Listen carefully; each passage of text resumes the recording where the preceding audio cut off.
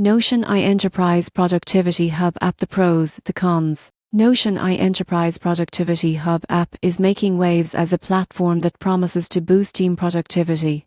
But does it really deliver at the enterprise level? On the positive side, Notion I combines knowledge management, task tracking, and AI-assisted writing all in one workspace. The surprising truth is that teams can centralize projects, meeting notes and workflows while letting AI help summarize, draft, and organize content. Enterprises benefit from customizable templates, real-time collaboration, and cross-functional integration, allowing teams to reduce duplicate work and streamline communication. Companies that implement Notion I often report faster project completion and more consistent documentation across departments. However, there are downsides. Most people get this wrong.